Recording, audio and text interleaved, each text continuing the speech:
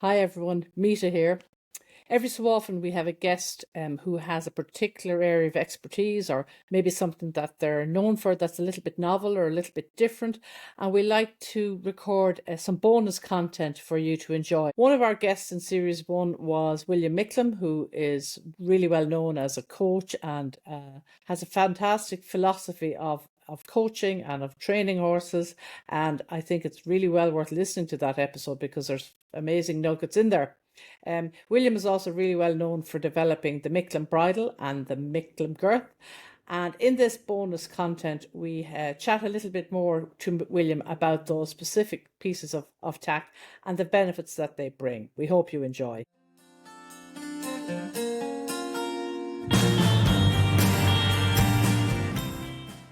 We're delighted to have William Micklem for a bonus episode for our listeners.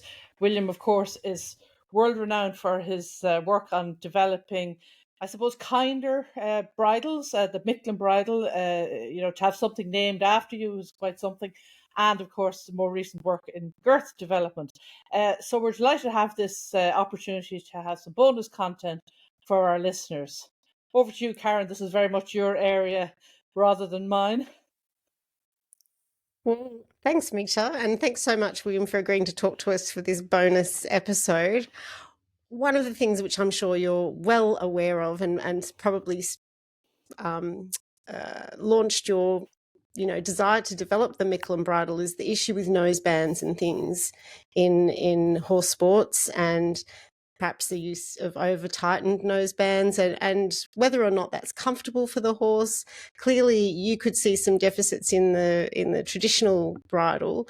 Can you tell us a bit about the development of the bridle and also what your views are in terms of nosebands I don't want to say correct noseband use, but best practice noseband use?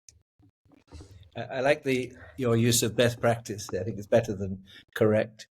Yeah.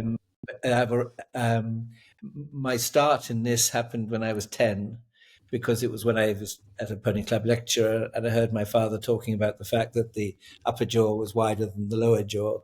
So actually I have a skull here. So there's my horse's head. I'm going to move back so you can see it.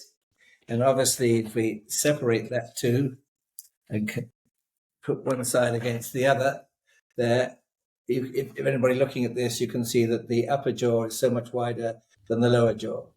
So that was a start of my journey. It made me realize that so many horses that have these tight nosebands on are extremely uncomfortable. And then the evidence is there when you look in the horse's mouth and you find on the inside of the cheeks this damage, this ulcerification. They did, I think it was now 2 years ago at the Young Rider European Championships in dressage, I think they eliminated 11 horses from the competition because for the first time they inspected the inside of the mouth and they found this damage on the inside of the cheeks caused by the tight nosebands, etc. And then they had granulation around the nose itself. Is obviously unacceptable. And if the general public knew more about this, they would say this sport should be banned, full stop. And I was also aware that they talk about the hackamore or the bitless bridle in show jumping terms, with the history with Eddie Macken and Boomerang.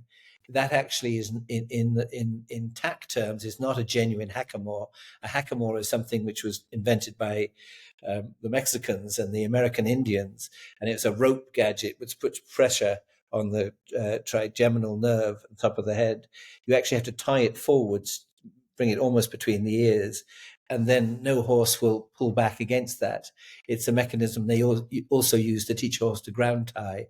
When you drop the reins and you've got no fencing for anywhere, just in an open place, the horse will stand still. But then you take the bridle off, the horse pisses off, the horse gallops off, and you can't catch it except on another horse or by rounding it up. But they teach them to ground tie by severe pain on the top of the head, and once they've done that, they don't want to move. So I was aware of the nerves of the head from an early stage. So that's a picture which obviously both of you will be familiar with. But I was aware that you can press with a barrow in this area, and you can make the horse do extraordinary things, violently react to that. You can find the sensitive areas and the ones that are not sensitive. So my bridle has one headpiece. It doesn't have a narrow noseband strap going underneath it, so that produces a wider bearing surface up here, which makes the horse more comfortable. And then the shape of the headpiece, which I'll show you in a moment, the area around the ears, the facial nerves here, that's probably where most horses are more sensitive. And we have this thing of these strange headpieces now, which actually force the whole top of the bridle forwards. Because of the shape of the head, there's a channel there where my finger is, a narrow channel. So if you do a piece of leather that's wider than that, it all slips forwards and presses into the ears. And then not only do you have the area around the protruding upper jaw molars here, but you have the infraorbital foramen there with the infraorbital nerves coming out, and that's immediately under where you put these crank nosebands. And when I talk about crank nosebands, it's not just crank nosebands, it's the fact that a lot of horses, they may have the requisite 2 fingers under the noseband, but then the horse opens its 2 jaws. So the horse is actually making the noseband cranked, even though it started up loose, because they're uncomfortable and because they're trying to get some release.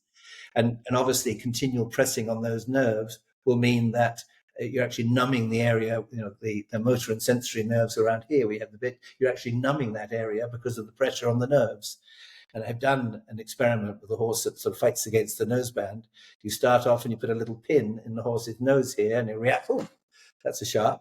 But then after a period of working the horse for a time, use the pin, it's all numb. There's no reaction to the pin.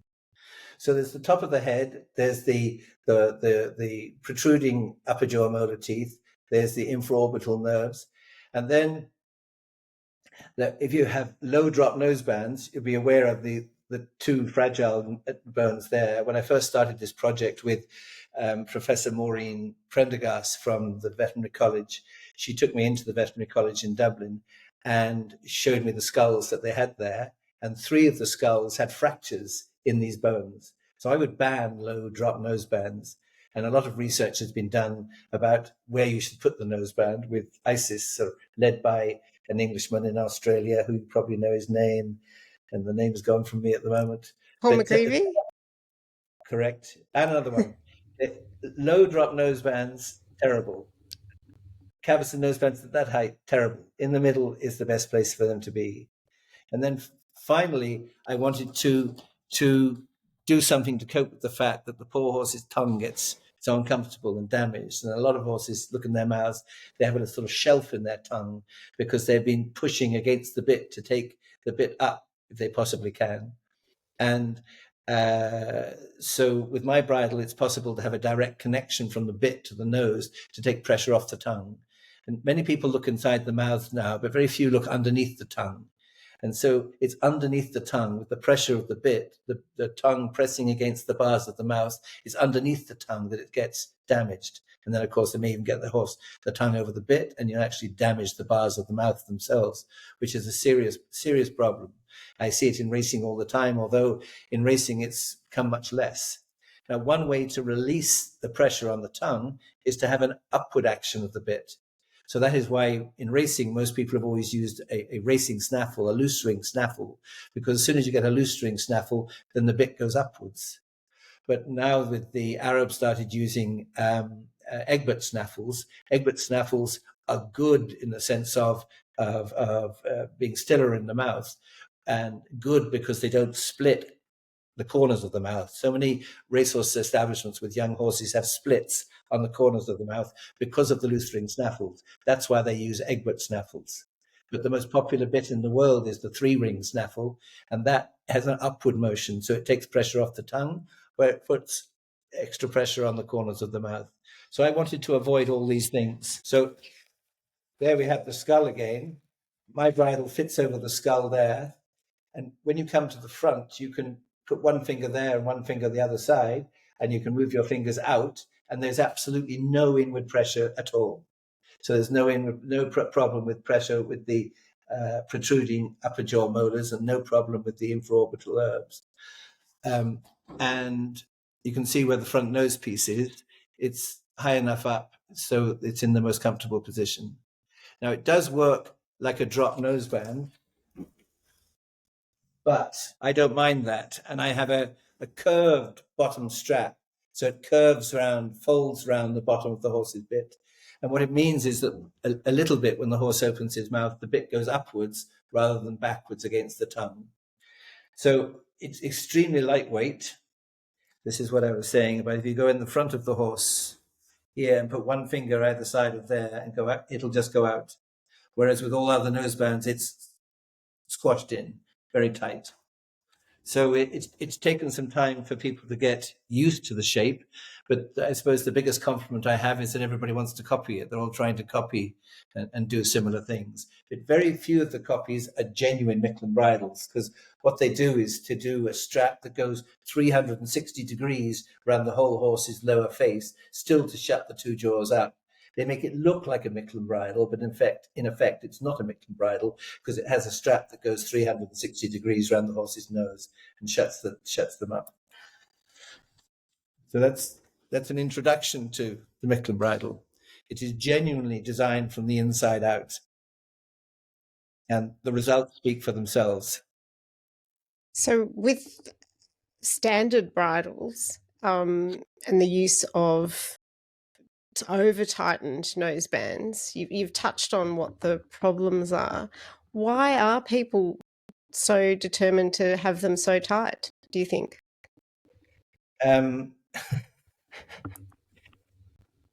People who are competitive, they're rushing in the wrong way, and there's no doubt that an intelligent horse will try and object.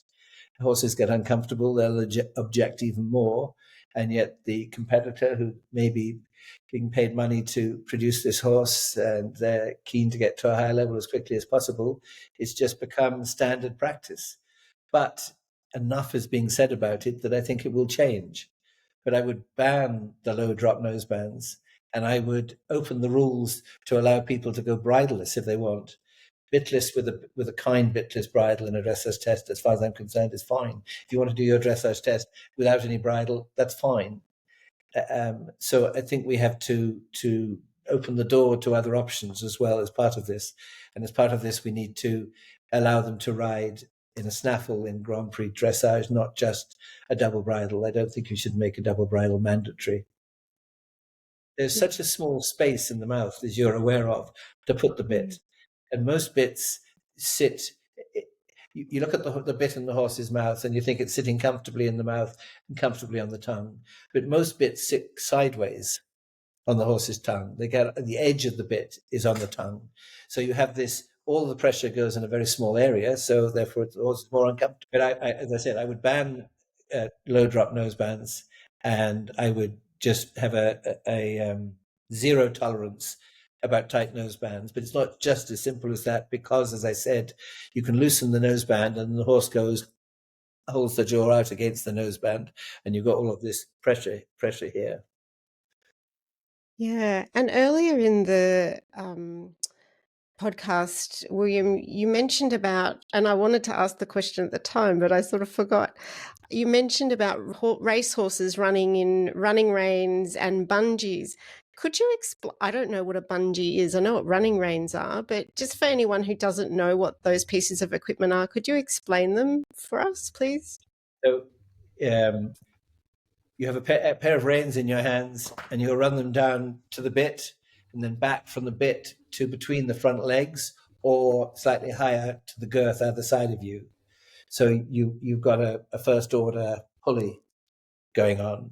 So that's important to realize that it is a pulley. So you ride with a normal feel in the rein of a running rein. You've got double at least the pressure than you would normally have, because it's a simple pulley. But the position, in my opinion, the position of the head and neck is dictated by what goes on from behind. So if everything else is fine, the head and neck will be fine. And as you know, the horse has to move the position of its head and neck to be able to focus on short distance and long distance. So you could argue that it's cruel to fix a horse's head in that position. And then the bungees are two clips clip onto the bit, and then some elastic bungee that can go in and out, and that goes down through the forelegs and is attached to the girth. So when the horse comes against it, it's not locked. But what the horse is encouraged to do is then to drop the head and neck down there. But a racehorse needs to let down to gallop. So it really will let down onto the forehand to gallop, but it doesn't need to be in that position for walk, trot, and canter when it's going around the stables. In fact, it will be to the horse's detriment to do that.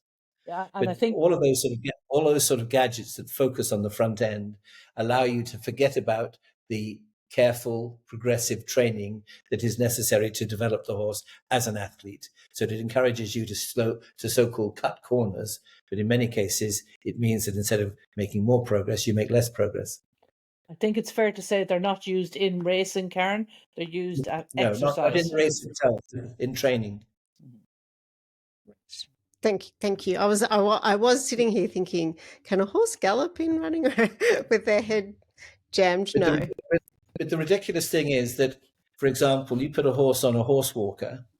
I have never met a horse that spends all its time on the horse walker with its head and neck up in the air. It will, for a time, if it sees something, it will lift its head and neck on. But the natural position for a horse when it is relaxed will be with its head and neck more down, like that. So if you take sufficient time, the head and neck will be in the position which they think they want the head and neck anyway. But just to restrict it and not allow the horse to move means that you're treating the horse mechanically, and you will suffer because of that. Because I think you mentioned earlier about teaching younger riders and giving them the scale to measure the horse's mental state, if I'm not Yes. mistaken. And really, Yes. that position of the head is a bit of a barometer as to how the horse is feeling mentally. Is that what, have I interpreted that correctly, William? Yes and no. I mean, yes. I mean, I in my book that you'll find, I have a section I call interpreting a horse's mood through their body language. So you're looking at the movement of the head and neck, their ears, their eyes, their nose, their mouth, their body, their tail, their general movement to discover whether they are submissive or aggressive or excited or depressed or confident, etc. So introducing that, obviously not as a whole, but introducing it in small ways at the start, I think is very important. And then I say assess your horse's character as a young horse, as a novice horse, as a trained horse. So you start thinking about the horse's mental state from an early stage. So yes, as regards the position of the horse's head and neck, it relates to the horse's mental state. Yes, I understand your question now. Yeah. I was just going to say, so really, if we're having to force a horse's head down using a pulley, the horse is really telling us things aren't going so well for it in that particular moment, and maybe we could train in a slower, inch by inch, things are a cinch. If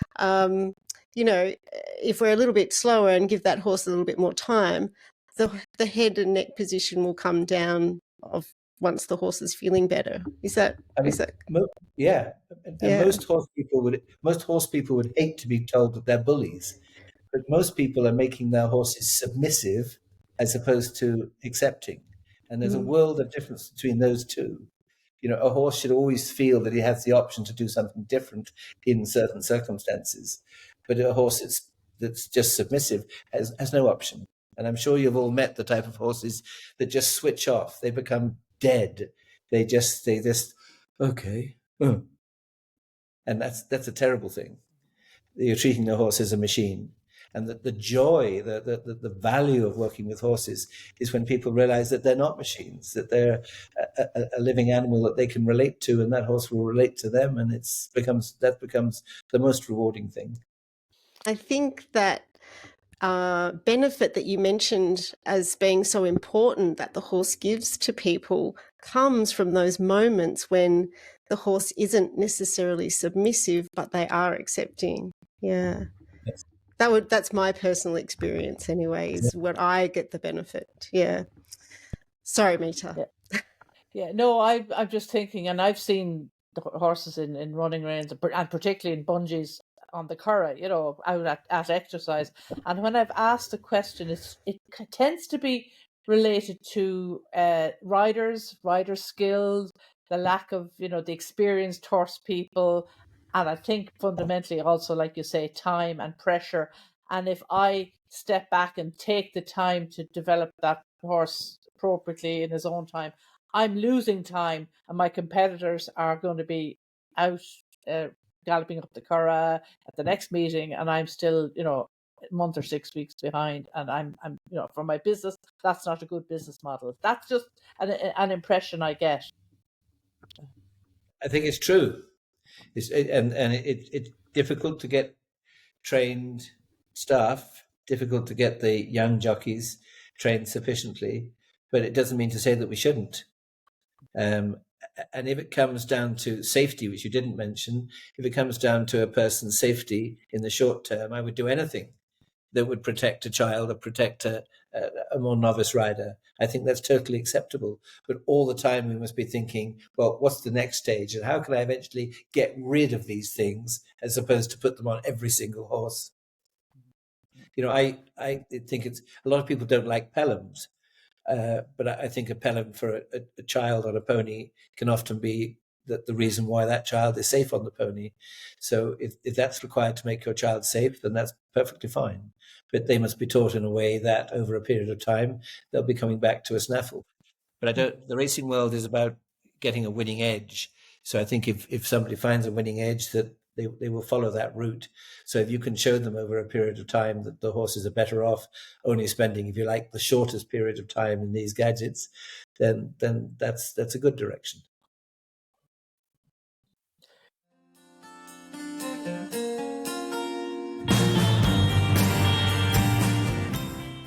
So here I have a yogurt pot that is the horse is facing in that direction there. So it's slightly narrower there, slightly wider there. Now, if I put the cover on the yogurt pot, it fits evenly around the whole yogurt pot. There's no bulging, it all fits comfortably. But when I take that off, you'll see that is circular. So it's rather like, not that I wear dresses very often, but it's rather like wearing a dress that's quite tight fitting around your waist and going down. So the skirt will come out like that. But when you unravel that skirt, it will form a circle. Mm-hmm. So when you